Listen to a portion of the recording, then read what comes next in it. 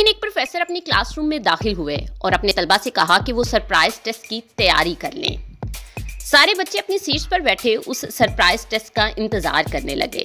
Professor ने हस्बे मामूल पर्चा उल्टा करके सारे स्टूडेंट्स को दे दिया। एक बार जब सारे बच्चों में पर्चा डिस्ट्रीब्यूट हो गया तो प्रोफेसर ने अपने तलबा से कहा कि वो पर्चे पलट लें।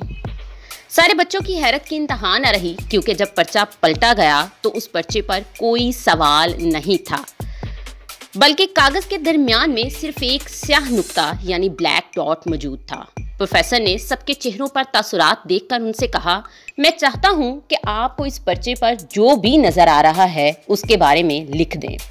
सारे तलबा उलझन का शिकार थे, एक दूसरे को देखने लगे और फिर उन्होंने क्वेश्चन पेपर को अटेम्प्ट करना शुरू कर दिया। टेस्ट का वक्त खत्म होने पर प्रोफेसर ने सबसे आंसर शीट्स को लिया और उनमें से हर एक आंसर शीट को तमाम तलबा के सामने ऊंची आवाज़ में पढ़ना शुरू कर दिया। आंसर शीट्स में सारे तलबा ने बगैर किसी गलती के उस स्याह नुक्ते की तारीफ की थी। किसी ने उस स्याह नुक्ते की लोकेशन और पोजीशन को एक्सप्लेन किया तो किसी ने उसके कलर और साइज़ की वजाहत करने की कोशिश की। सब कुछ पढ़ने के बाद क्लास में खामोशी छा गई। प्रोफेसर ने बच्चों को समझाना शुरू किया।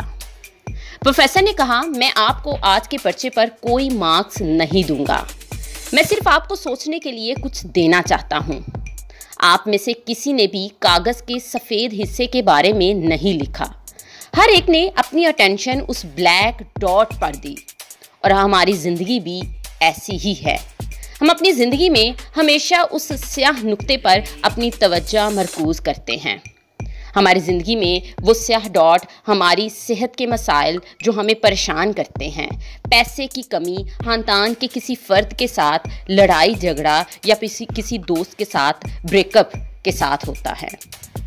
तो प्यारे बच्चों, हमारी ज़िंदगी में मौजूद हर चीज़ के मुकाबले में ये स्याह डिब्बे बहुत छोटे होते हैं, लेकिन ये वही स्याह डिब्बे हैं जो हमारे जहनों को उलझा कर रख देते हैं, हमें परेशान करते हैं।